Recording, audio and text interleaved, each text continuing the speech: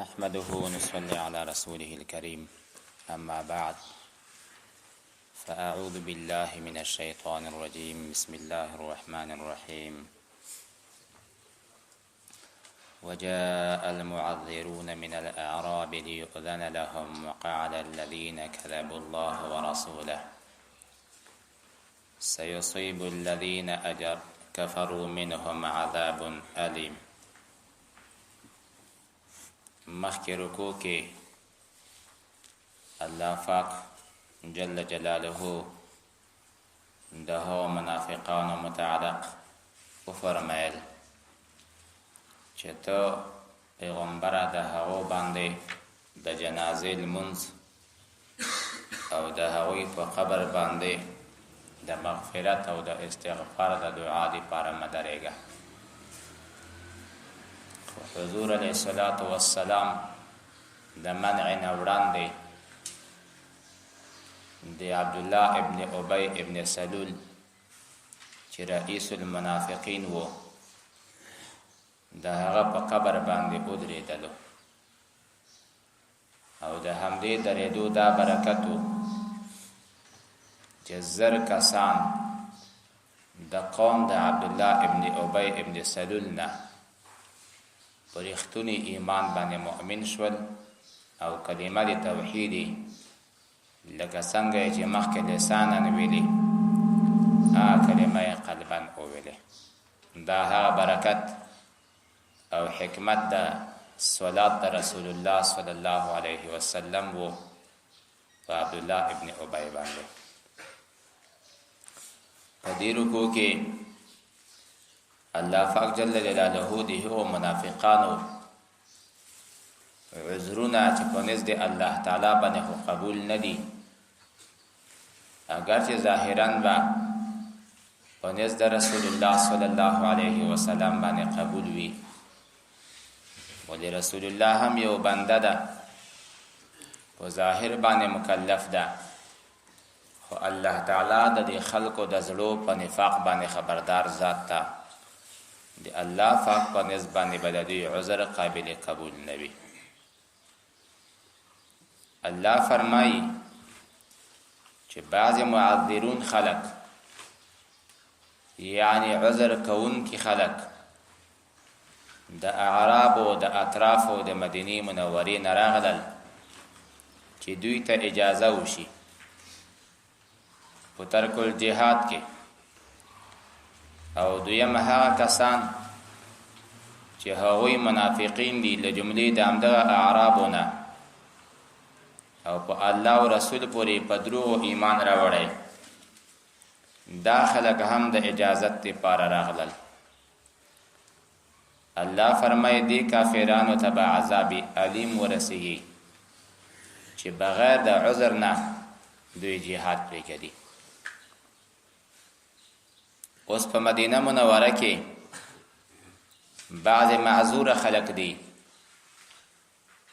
لکه حضرت عبدالله ابن ام مکتوم و امثاله، یغوی ډیر خفا شول چې نو هر کله پاتې کېدونکو ته عذاب علیم ده، نو موږ دپاره به هم عذاب علیم وي، خو والله یا رسول الله صلی الله علیه وسلم لا استطيع الخروج، د وتلو توان نه لرم، ولو استطعت لخرجت، که زما طاقت او توان وای کنه زه به وتلی وی. الله پاک جل جلاله دا آیت نازل کو هغه ضعیفان، هغه کمزوري خلق، هغه بوډاګان، هغه ماشومان، هغه زنانه، هغه مریضان چې هغوی طاقت د وتلو جهاد ته نه لري خو په زړه کې نیت د جهاد شته، نو دې خلکو ته الله پاک د مجاهدینو اجر ورکوي. لږ وروسته به راشي درته مجاهد چې یو قدم اخلي هم دې خلکو ته الله پاک اجر دغه سفر ورکوي. مجاهد چې یو نصرت یو فتح حاصلوي هم دا کسان چې مریضان دي او د عذر د وجه نه په مدینه منوره کې پاتې شوي دي دغه ټول په اجر او ثواب کې ورسره شریکان دي. دویم یو څه صحابه کرام چې د هغو په تعداد او روایتونو کې اختلاف ده، دوی راغلل یا رسول الله صلی الله علیه وسلم مونږ ته سپرلی راکړه چې مونږ په هغې باندې سپاره شو او لاړ شو جهاد ته. رسول الله صلی الله علیه وسلم وفرمایل والله لا احملکم، قسم ده که تاسې سپور کم یعنی لا اجد ما احملکم علیه، نه پیدا کوم هغه څه چې تاسې پې سپاره کم، څه شي در کم نو. دا صحابه کرام چې نماینده د دوی عبدالله ابن قیس یعنی حضرت ابو موسی اشعری رضی الله تعالی عنہ په ژړا شول، اعینهم تفیض من الدمع، ولی په ژړاو چې ولی مونږ د جهاد نه پاتې شولو. دوی خو همیشه نیت او اراده دا وه چې مونږ به د رسول الله صلی الله علیه وسلم سره په ټولو غزواتو کې شرکت کوو. نو دوی ډیر خفا وو. الله فرمایي په دې خلکو باندې ګناه نشته. بیا وروسته له دې یو صحابي راغی، یو دوه اوښانې ورکړل. عثمان رضی الله تعالی عنہ درې اوښان ورکړل. دوی پسې کس ولېږلو راشئ، اوښانې ورکړل. خو چې کله ملګرو ته ورسېد چې ملګرو ما تاسو ته مخکې وویل چې رسول الله صلی الله علیه وسلم وفرمایل چې تاسو نه سپروم، کیدای شي د رسول الله نه خپل قسم هېر شوی وي، هسې نه چې موږ پیغمبر باندې دوکه وکړو موږ ته عذاب راشي، راځئ چې ټول یو ور شو. او زه په دا نمایندګۍ کې دروغجن نه یم، ما ته اول جواب هغه شی و، دویم جواب دا راغی ورغلل یا رسول الله صلی الله علیه وسلم زه چې تا ته اول راغلم تا وویل والله لا احمدکم، ما ملګري هم راوستل چې کیدای شي لقد تغافلنا رسول الله صلی الله علیه وسلم، چې کیدای شي حضور صلی الله علیه وسلم ته مونږ غفلت ورکړی وي او هغه نه خپل دا خبره یېره شوې وي. رسول الله صلی الله علیه وسلم وفرمیل زه چې د یو شي نه قسم وکم فارا غیرها خیرا منها، بیا هغه ترک د قسم ماتول د قسم خیر ووینم بهتر وګڼم، نو بیا اتیت الذي هو خیر و اکفر عن یمینی، بیا خپل قسم ماتوم او بیا هغه کار کوم چې خیر وي. الله فرمایي دغه کسان که د جهاد نه پاتې شي هم چې دوی په دغه ترکو جهاد باندې پاتې کېدلو باندې ډېر خفا دي او سترګې د اوښکو نه ډکې ډکې کېږي، په دوی باندې هم ګناه نشته. ګناه او عتاب او عقاب په هغو کسانو باندې ده چې له تا نه اجازه هم غواړي او غنیان هم دي.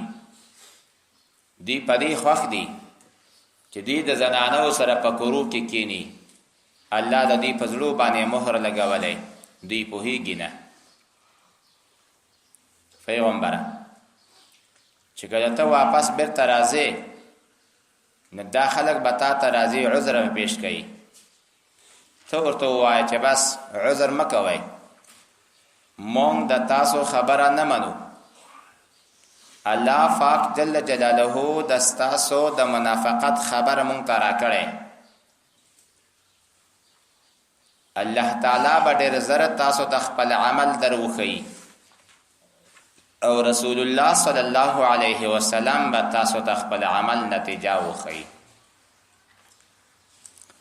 له دغه آیت نه بریلویان حضراتو دا دلیل نیسي چې علم د رسول الله صلی الله علیه وسلم دا یو کلی علم ده او په علم غیب باندې خبردار ده.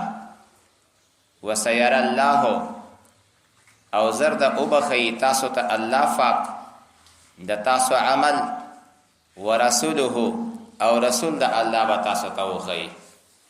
نو لکه څنګه چې الله پاک عالم بالغیب ده، نو رسول الله عالم بالغیب شو. چې لکه څنګه الله پاک د فاره علم ذاتی حاصل ده، نو د حضور صلی الله علیه وسلم د فاره هم ذاتی علم حاصل ده. لیکن د جمهور حضراتو تحقیقی مذهب دادا چې علم ذاتی دا خاصیت د الله تعالی جل جلاله ده. علم غیب کلی دا صفت ذاتی د الله پاک جل جلاله ده. که حضور صلی الله علیه وسلم تاسو ته خودنه کوي، نو دا د خپل طرف نه بلکې الله پاک هغه ته یا په ذریعه د وحی جلی باندې یا په ذریعه د وحی خفی باندې تاسو ته خبر درکړي. وما ينطق عن الهوى ان هو الا وحی یوحى. پیغمبر علیه الصلاۃ والسلام د خپل خواهش نه د خپل نفس نه خبرې نه کوي، دا د الله پاک لخوانه یو وحی شوی ده.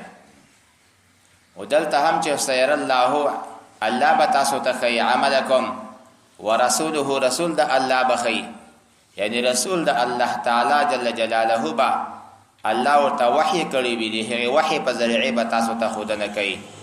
نو معلومه شوه چې علم غیب د رسول الله صلی الله علیه وسلم دا یو علم عطایی شو، دا یو علم ذاتی نه ده، بخلاف علم الله تعالی فإنها من صفات ذاته تعالی. هغه د الله تعالی د صفات ذاتیه نه ده چې د هغې صفت انتفاع د الله نه جائز نه ده، او الله پاک دغه صفت په ضد باندې متصف کېدلی هم نشي. البته علم د رسول الله صلی الله علیه وسلم په نسبت سره علم د امت ته کلی بللی شي، خو په نسبت سره علم د الله پاک جل جلاله ته به جزئی بللی شي. الله فرمایي تاسو به وګرځولی شئ عالم الغیب ذات ته چې په ښکاره او پټو باندې خبردار ده، نه تاسو ته به د خپلو اعمالو نتیجه در وښیي. دا منافقان به راشي قسمونه به کوي د دې لپاره چې تاسو د دوی نه راضي شئ. پیغمبره تاسو د دوی نه مخ واړوئ، دوی رجس فلید خلق دی په اعتبار د عقیدې سره، او د دوی ځای جهنم ده، دوی ته جزا ورکولی کېږي په هغه سبب باندې چې دوی په دنیا کې عمل د نفاق کولو. الله فرمایي منافقان به تاسو ته قسمونه کوي د څه لپاره؟ د دې لپاره لترضوا عنهم چې تاسو د دوی نه راضي شئ چې بس دا خلک ګران نه وو او د قسم یې راته وکړو. الله څه فرمایي چې که تاسو ته ناراضي هم شئ، تاسو رضا اس پیدا هم نه رسوي. الله پاک د قوم فاسقه د قوم کافر نه الله پاک ناراضي کیږي.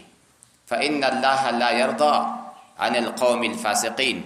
الله پاک جل وعلا شانه هغه د کافر قوم نه د منافق قوم نه راضي کیږي نه. ته خو بندای پیغمبره د دوی د اصلي حال نه خبر نه، نو ظاهرا چې عذر وکړي ته به دا عذر منې، خو د الله په نسبت باندې دا عذر د منلو قابل نه ده. اعراب دا هغه کسانو ته ویلی شي، موږ تاسو د هغې نه د بانډچیانو تعبیر کوو. اعراب په اصل کې هغه کسانو ته ویلی شي چې دوی د مرکزی ساحې نه، یعنی د ښاریاتو نه او د بیروبار د خلکو نه لورې پراته دي. لکه اوس وخت کې موږ تاسو د دې نه تعبیر په کوچیانو کوو چې عام طور دا د ښاریاتو نه لرې وي، یو آزاد غر خوښوي، آزاده دشته چې په دې کې د میږو د وزو د سریدو یو آزاده فضا وي، واښه وي، نباتات پکې وي، هغې طرف ته میلان کوي. نو په هغه قدیم وخت کې دا خلک د علم نه لرې پاتې وو، ولې مرکز د علم تعلیم او تعلم مکتب او مدرسه خو د ښاریاتو سره تعلق لري، چېرته خلک زیات وي هغلته مکتب او مدرسه جوړېدله. خو لله الحمد چې اوس الحمدلله شکر ده چې زمونږ مدرسې او اشاعت د دین دپاره مراکزو هغه الله پاک د مراکزو نه او د ښاریاتو نه هم په دې کوچیانو کې په دا غرو کې الله پاک مدرسې ورکړلې، پاکه تعلیم او تعلم روان ده. بلکې چې کوم موسم کې دوی هر چیرې ځي هغه مدرسه هم دوی سره نقل کېږي، تعلیم و تعلم یې قطع کېږي نه. نو په هغه زمانه کې په دې اعرابو کې جهالت زیات و چې څومره کوم انسانو د کوم شي سره تعلق زیات وي زړه د همغه نه اثر اخلي. فرمایي اهل الجبال کالجبال، اهل الجبال کالجبال. که دوی یوارې په نیکه عقیده باندې واوښتل او زړه کلمه یوارې زده کړه که نه، بیا دا زړه کلمه چې وزن یې هم پرېږدي نه، ځان مرګ ته ورکوي، په خپله زړه کلمه د لاسه نه ورکوي. خو که یوارې په طرف د جهالت کې، په طرف د نفاق کې، په طرف د کفر کې خدای نه کده ودرېدو، نو بیا په هغې طرف باندې کالجبال وي، بیا د غره په شانې بیا اوړي نه. نو په هغه وخت کې هم په مدینه منوره کې بعض اعرابو دوی بوخان پول، هلته د میږو کاروبار کم و. نو دغه اعراب داسې دي چې دوی په کفر کې هم سخت دي، په نفاق او منافقت کې هم سخت دي نسبتا نورو خلکو ته، او دوی ښه په دې لایق دي چې دوی د الله په حدودو خبردار نه دي. ښه لایق ولې دي؟ ځکه له مجلس د علم نه، له مجلس د رسول الله صلی الله علیه وسلم نه لرې پاتې شوي دي. خو بعضې داسې اعراب هم شته چې هغوی کوم مال مصرفوي هغه مال تاوان بولي او د دې انتظار کوي چې په رسول الله صلی الله علیه وسلم باندې به زر یوه حادثه نازله شي موږ به د دنه خلاص شو. خو بعضې داسې اعراب هم شته چې د ایمان والا دي، په الله باندې ایمان لري، زړه کلمه یې مضبوطه زده کړې ده، په آخرت باندې ایمان لري، او کوم مال چې دی مصرفوي دا ثواب په نزد الله تعالی باندې بولي. چېرته یو امام منځ ورکولو، چې لمونځ یې ورکولو اول دا سر کې د ولضالین نه وروسته دا شروع وکړه الاعراب اشد کفرا و نفاقا. نو شاته یو سړی د خپل میږو نه راغلی و، تیار امساخ ورسره بیا خو نږدي ملا دا آیت اویلې الاعراب اشد کفرا و نفاقا، ښه په نظم سره یې ویل. ورپسې دا بل آیت هم شروع کو ومن الاعراب من يتخذ ما ينفق مغرما ويتربص بكم الدوائر عليهم دائرة السوء. دا خو عربي و، په دې الفاظو پوه شو چې علیهم دائرة السوء ماته د خیرې هم وکړي، همسایه راواخیستله، ملا ته په محراب کې دننه ټانګې ته نه جګ کو. ملا غریب زر رکوع ته لاړه، چې رکوع ته لاړه دویم رکعت ته راجګ شو، د دې ځینې شروع وکړه ومن الاعراب من یؤمن بالله والیوم الاخر. د شان ادب پسې غږ وکړو چې نفعت عصایا، زما همسا ته فایده ورسوله، چې لا تر اوسه د زما غیبت کولو او اوس د زما صفت شروع. صلوات الرسول دا سبب ده دعاګانې د پیغمبر علیه الصلاة والسلام، چې تاسو یو صدقه کوئ دا سبب د دعا د رسول الله صلی الله علیه وسلم. چې چا به هم رسول الله ته صدقه راوړه دعا به یې کوله. عبد الله بن ابي اوفا صدقه راوړله، رسول الله فرمای اللهم صل علی آل ابي اوفا. اگر ته سوال خدا واردېږي چې د صلات خو په غیر نبی باندې جایز نه ده، بیا رسول الله صلی الله علیه وسلم په آل ابي اوفا باندې ولې صلی ټکی وویلې؟ د هغې نه جواب داده چې یا خدا واقع قبل المنع وه، په دې وخت کې اختصاص د صلات تر پیغمبرانو پورې نه و، او یا دویم جواب ښه داده چې دا صلات حق د رسول الله صلی الله علیه وسلم ده، نو چې رسول الله خپل حق هر چاته ورکوي هېڅ پروا نه کوي، دا خپل حق ده. سړی په خپل حق باندې نیولی کېږي نه چې هر چاته خپل حق ورکوي. پیغمبره دغه کار د دوی لپاره ثواب ده. الله تعالی جل جلاله به دوی په خپل رحمت کې داخل کی. ذکر د رحمت ته دا حال ده، مراد نه محل ده چې هغه جنت ده. الله پاک جل جلاله غفور ذات ته، الله پاک رحیم او مهربان ذات ته. الله فرمایي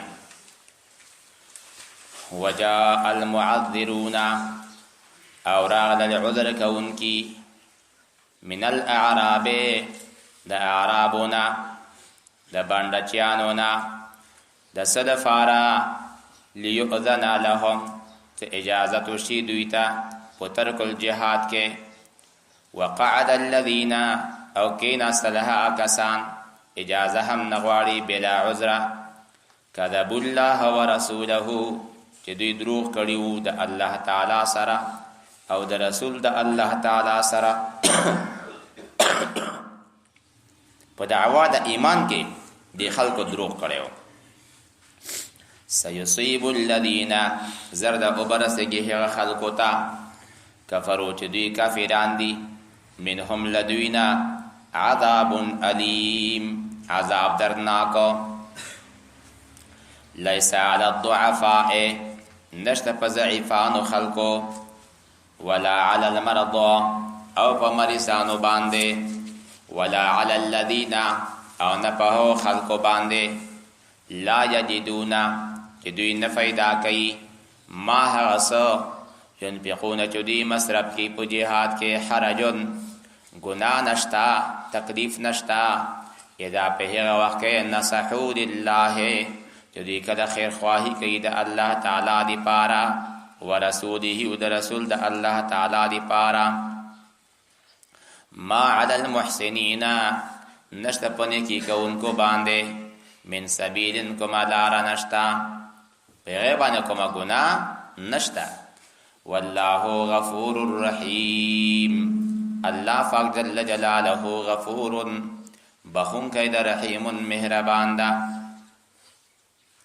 ولا او نشتا گناه علی الذین پهو کسانو اذا ما اتوک چراشی تاتا لتحملهم چه تدوی سپور کے او سپردی ورکے نقل دا تاور طویل لا اجدو نپیدا کوم ما هغسو احمدکم چه تاسو سپور کم علیه پد باندې سپرلی ما سره نشتا ټول ختم شوی دی. تولو دوی گرزی خپلو کورو تزی په داسې حالت کې فاعینهم تفیضو او د دې سترګې بهیږي من الدمع د اوښکو نه حزنا لوجد غمجنینا مفعول له ده حزنا لوجد غمجنی د دې خبرې نه الله یجدو چې دوی نه فایده کوي ما هغه ينفقون چې دوی مصرف کړي وای.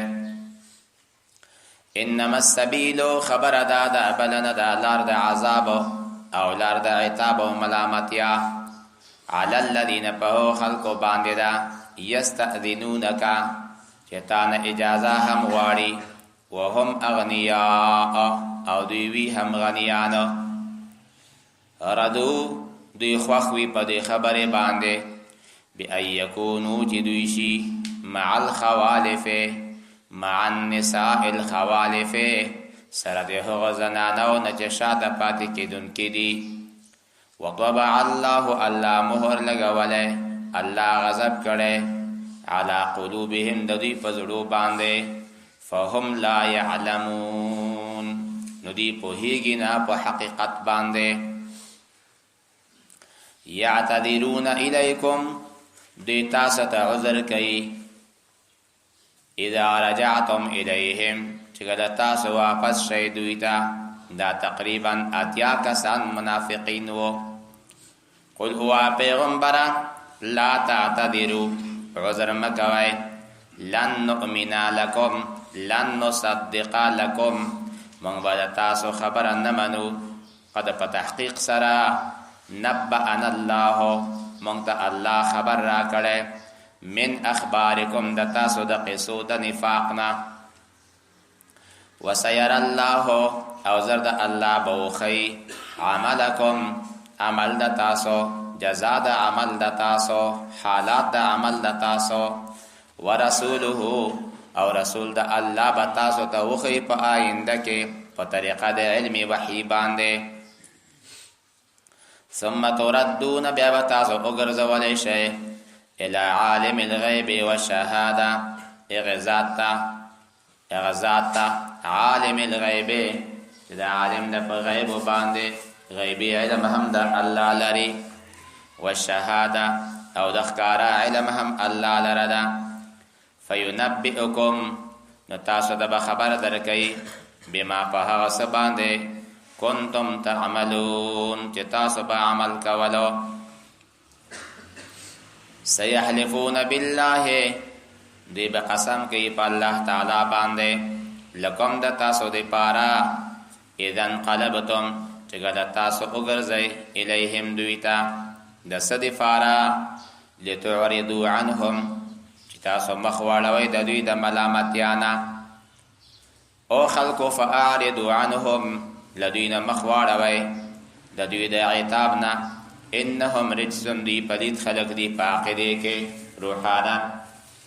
ومأواهم جهنم او د دوی ځای جهنم ده.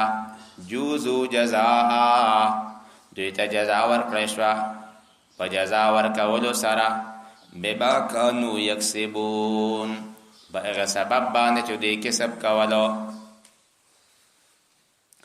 یحلفون لکم قسم کوي تاسو دپاره لترضوا عنهم چې تاسو له دوی نه راضي شئ.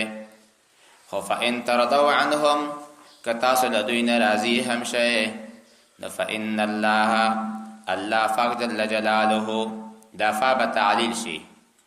یحلفون لکم لترضوا عنهم فإن ترضوا عنهم په شرط د دې که ته راضي شي له دوی نه نو فلا یفیدهم دستا رضایت دوی ته فایده نه رسوي. ولې فا به تعلیل شي اذ ان الله لا یرضا الله تعالی نه خوشحالیږي نه راضي کیږي عن القوم الفاسقین د قوم فاسقانو منافقانو نه. الاعراب اعراب خلق یعنی هغه د ښاریاتو نه لرې خلق اشد کفرا دوی سخت وي په اعتبار د کفر و نفاقا او په اعتبار د منافقت سره. و اجدرو او خلائق د دې خبره الله یعلمو چې دوی نه پوهیږي حدود ما انزل الله دوی نه پوهیږي په اندازې او په حدودو په احکامو د هغه څه چې الله نازل کړی ده علی رسوله په خپل پیغمبر باندې. والله علیم الله خبردار د دې په حال باندې ده. حکیم الله حکمت والا ذات ده. ومن الاعراب او بعض د اعرابنا من داسې کسان دي یتخذو چې دی نیسي ما هغه مال ينفقو چې دی مصرفوي مغرما دا تاوان بولی. ويتربصو او انتظار کوي بكم پتاسو باندې الدوائر دوائر جمع د دائره ده. دائره حوادث د زمانه توي د زمانه پیخي. ويتربصو انتظار کوي بكم پتاسو باندې الدوائر د حوادثو د پیخو د زمانه لکه سړی اسباب د مرګ استعمالی او غرزیږي مرضی پیراشي قتل شي موټری اووي د حوادث دي.